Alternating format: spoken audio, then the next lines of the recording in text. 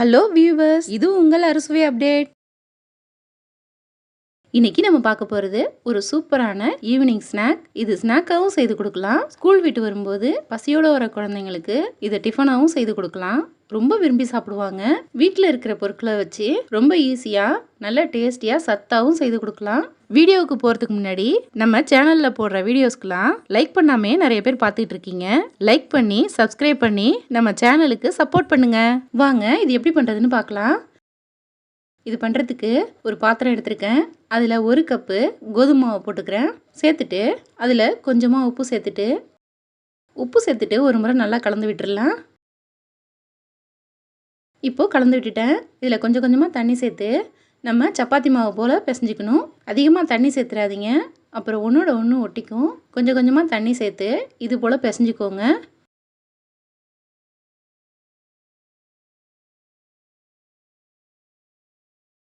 பிசைஞ்சு எடுத்த மாவு இந்த அளவுக்கு இருக்கணும்.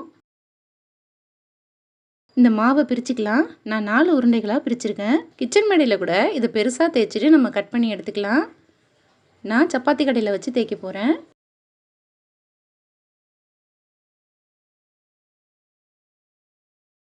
இது போல் கொஞ்சமாக மாவு தூவிட்டு இதிலேருந்து ஒரு உருண்டை வச்சுட்டு நல்லா தேய்ச்சிக்கிறேன்.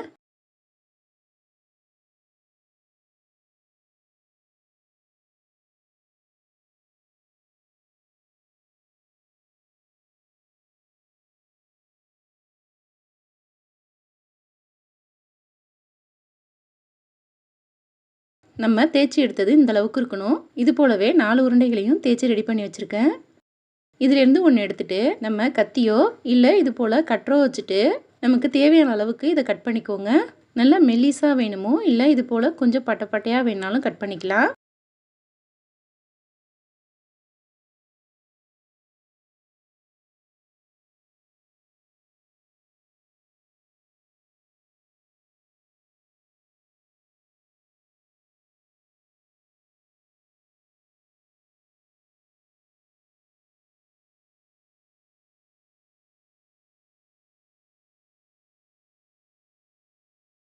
இப்போது நான் கொஞ்சம் பெருசு பெருசாக இது போல் கட் பண்ணி வச்சுருக்கேன்.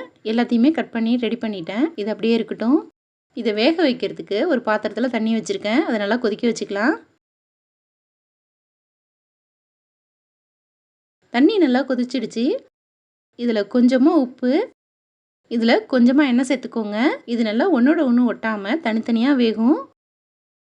நம்ம கட் பண்ணி வச்சுருந்த சப்பாத்தியெல்லாம் இதில் சேர்த்துக்கலாம். பாதி சேர்த்துட்டு ஒரு 30 செகண்ட் கேப்பு விட்டு திரும்ப மீதியும் இது போல் சேர்த்துக்கலாம்.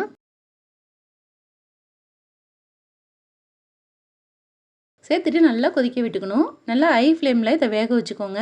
லோ ஃப்ளேமில் வேக வச்சிங்கன்னா மாவு கரைய ஆரம்பிச்சிடும். அதனால் நல்லா ஹை ஃப்ளேமில் வச்சுட்டு இதை 3 நிமிஷம் வேக வச்சாலே போதும். சீக்கிரமே வெந்து வந்துடும். இது போல் மெல்லமாக கலந்து விட்டுக்கோங்க.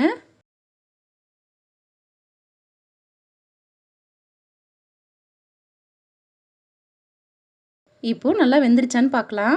ஒன்று எடுத்துகிட்டு இது போல் நசுக்கிட்டு பாருங்கள். நல்லா சாஃப்டாக வெந்து வந்திருக்கு.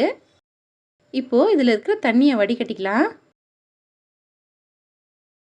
வடிகட்டிட்டு திரும்பவும் பச்சை தண்ணி ஊற்றி ஒரு முறை கழுவிக்கோங்க. நல்லா வடிகட்டிட்டு இது போல் வச்சுக்கோங்க. இது பண்ணுறதுக்கு ஸ்டவ்வில் கடாயை வச்சுட்டு 1 டேபிள் ஸ்பூன் எண்ணெய் ஊற்றிருக்கேன். எண்ணெய் நல்லா சூடானதும் 4 பூண்டு பல்லை பொடியாக கட் பண்ணிவிட்டு இதில் சேர்க்குறேன். பூண்டு வதங்கி வந்ததும் வெங்காயம் சேர்க்கணும். நான் 2 பெரிய வெங்காயத்தை இது போல் நீள நீளமாக கட் பண்ணி வச்சுருக்கேன். அதை இது கூட சேர்த்துக்கிறேன். சேர்த்துட்டு நல்லா இதை வதக்கி விட்டுக்கோங்க.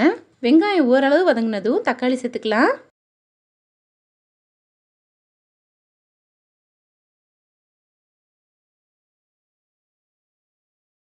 இப்போ வெங்காயம் ஓரளவு வதங்கியிருக்கு. தக்காளியை சேர்த்துக்கலாம். 2 தக்காளியை இது போலவே நீள நீளமாக கட் பண்ணிட்டு சேர்த்துக்கோங்க. இது பார்க்குறதுக்கு ரொம்ப அழகாக இருக்கும்.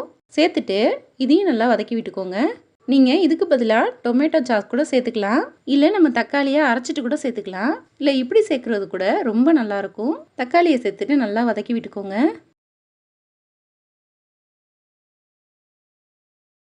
தக்காளி வதங்கி வந்துட்டு இருக்கும்போதே 2 பச்சை மிளகாவை நீள நீளமாக கட் பண்ணி வச்சுருக்கேன், அதையும் சேர்த்துக்கிறேன். நீங்கள் இந்த நேரத்தில் குடமிளகாய் கூட கட் பண்ணிட்டு சேர்த்துக்கலாம். சேர்த்துட்டு இதையும் நல்லா கலந்து விட்டுக்கணும்.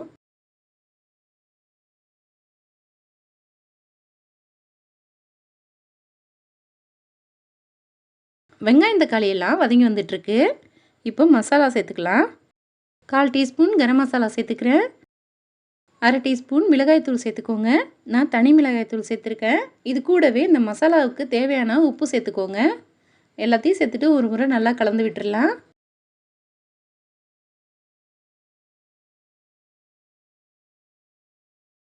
இப்போ கொஞ்சமாக மஞ்சத்தூள் சேர்த்துட்டு திரும்பவும் நல்லா கலந்துக்கிறேன். இந்த வெங்காயம் தக்காளி நல்லா மசிகிற அளவுக்கு வதங்கி வரணும்.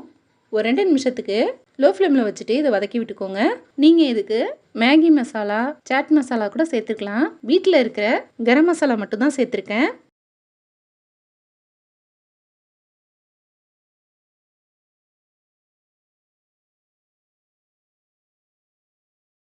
இப்போ நம்ம சேர்த்த எல்லாமே நல்லா கலந்து வந்துருச்சு. நம்ம வேக வச்ச பாஸ்தாவை இதில் சேர்த்துக்கலாம். சேர்த்துட்டு நல்லா இதை கலந்து விட்டுடுங்க. ஒன்றோட ஒன்று ஒட்டாமல் எப்படி தனித்தனியாக இருக்குன்னு பாருங்கள். இந்த மசாலா ஒட்டி பிடிக்க ஒரு 2 நிமிஷத்துக்கு மட்டும் இதை நல்லா கலந்து விட்டால் போதும்.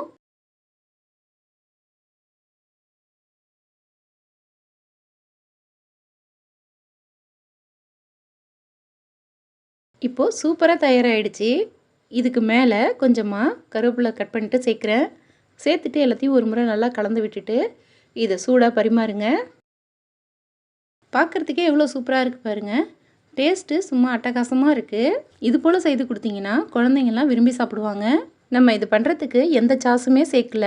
வீட்டில் இருக்கிற பொருட்களை வச்சே ரொம்ப சூப்பராக ரெடி பண்ணிட்டோம். இது போல் செய்தீங்கன்னா வீட்டில் உள்ள எல்லோருமே விரும்பி சாப்பிடுவாங்க.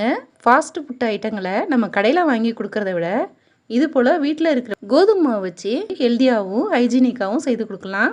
நீங்களும் இது போல் ஒரு முறை ட்ரை பண்ணி பாருங்கள். இந்த வீடியோ பிடிச்சிருந்தா லைக் பண்ணுங்கள், ஷேர் பண்ணுங்கள். நம்ம சேனலுக்கு புதுசாக இருந்தீங்கன்னா சப்ஸ்கிரைப் பண்ணிக்கோங்க. தேங்க்யூ.